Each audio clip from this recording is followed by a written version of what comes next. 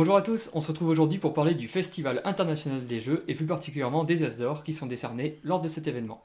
Il se déroulera à Cannes, au Palais des Festivals et des Congrès du 20 au 23 février 2020. Le festival en chiffres, ça donne quoi? Plus de 3000 professionnels, 300 exposants, plus de 30 000 mètres carrés d'exposition et d'animation, et ce qui ramène plus de 100 000 visiteurs en 3 jours. C'est tout simplement énorme.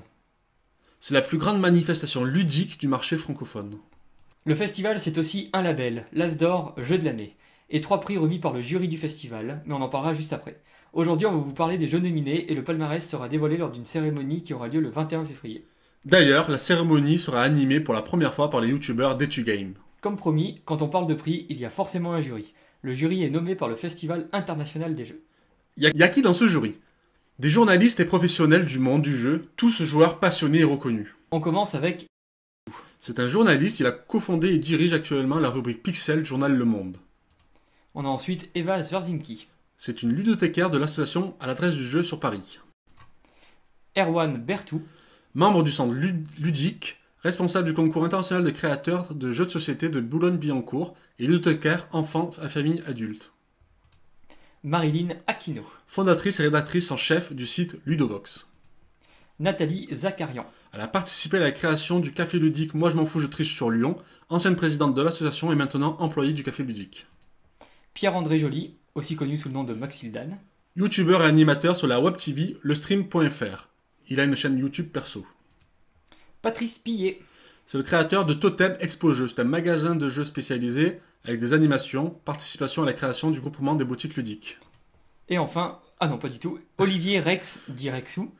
Animateur de la radio des jeux, première émission de radio francophone 100% consacrée aux jeux de société.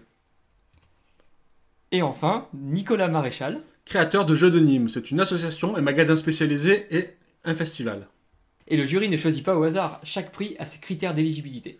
Qualité, créativité, diversité, mécanisme et règles sans faille sont les critères les plus importants. Sans oublier l'essentiel, le plaisir de jouer et l'envie d'y rejouer. Le jury décerne 3 prix. L'As d'or enfant, c'est un jeu qui plaît aux plus jeunes mais qui séduit également les parents. On a ensuite l'As d'or expert qui récompense un jeu plus complexe destiné à un public expert qui apprécie la réflexion et qui n'a pas peur de lire quelques règles. Et enfin, l'As d'or jeu de l'année récompense un jeu original dans ses mécanismes. Il est attribué un jeu familial, accessible au plus grand nombre. On passe aux nominés. Dans la catégorie enfant, Attrape Rêve. Un jeu édité par Spaceco et distribué par Asmodée dans lequel vous allez devoir faire preuve d'observation afin de choisir le meilleur doudou pour vaincre vos pires cauchemars. La Vallée des Vikings. Vous êtes invité au tournoi de bowling annuel de tonneaux qui se déroule dans la Vallée des Vikings. C'est un jeu de Wilfried et Marie Fort, édité et distribué par Abba. Il a été récompensé par les Kinderspiel 2019. Ensuite, nous avons Roule à pic, la course aux galipettes. Un jeu de dextérité modulable et très original qui conviendra à toute la famille, où il faudra aider son petit hérisson à rentrer rapidement chez lui. C'est un jeu édité et distribué par Gigamic. Yo-Yum Iceland. Édité par Spaceco et distribué par Asmodée encore, dans ce jeu coopératif à l'aveugle, il va falloir nourrir les animaux de l'île Yum Yum car un géant s'est installé sur l'île et a tout mangé. On passe à la catégorie expert. Gloomhaven.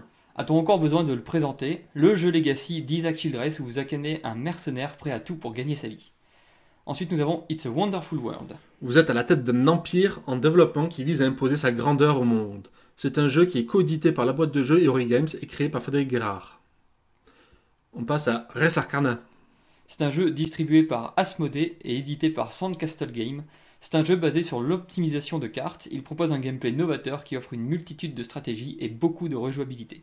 Et enfin, Route. C'est un jeu d'aventure et de guerre dans lequel les joueurs se battent pour le contrôle d'une vaste région sauvage. C'est un jeu de Colwert, édité par Matago et distribué par Surfing Meeple. On passe à la catégorie tout public, avec Draftosaurus. Édité par Ankama, c'est un jeu de draft familial où il faudra réaliser le plus beau parc de dinosaures. On a ensuite Fiesta de los Muertos. C'est le jeu d'ambiance coopérative qui réinvente le téléphone arabe à travers la culture mexicaine. C'est un jeu d'Antonin Bocara, édité par Old Chap et distribué par Pay Edition. On passe à Little Town. C'est un jeu de stratégie et de placement d'ouvriers pour toute la famille, distribué par Yellow. Et enfin, on passe à Oriflamme. Dans ce jeu, vous jouerez vos cartes face cachée pour vous emparer du trône en mettant en place des combos d'action. C'est un jeu créé par le duo Essling, édité par Studio H et distribué par Gigamic. Et voilà, vous connaissez maintenant les nominés 2020. Alors pour ma part, dans la catégorie enfant, je verrais bien gagner Attrape-Rêve pour le thème qui me plaît beaucoup. Pour moi, ça sera La Vallée des Vikings. C'est un jeu qui séduit les parents et qui passe avec tous les enfants. Et ça ferait un second prix pour Wilfried et Marie-Fort qui ont gagné l'année dernière. Dans la catégorie expert, alors moi je vote direct pour Gloomhaven parce que c'est vraiment mon chouchou, mon coup de cœur. J'adore y jouer et je m'amuse beaucoup dessus. Pour moi, ce sera It's a Wonderful World parce que c'est un jeu accessible et qui facilite l'accès aux jeux experts. Et pour la catégorie tout public, je vote pour Draftosaurus parce que c'est en Kama et que j'adore l'univers Dofus Wakfu. Pour moi, ce sera aussi Draftosaurus car c'est un jeu familial et accessible dès 8 ans. Et vous, quelles sont vos préférences? N'hésitez pas à le dire en commentaire. Et voilà, j'espère que la vidéo vous aura plu. N'hésitez pas à liker, commenter, partager et à vous abonner si ce n'est pas déjà fait. On compte sur vous. Bonne soirée, Bye. salut.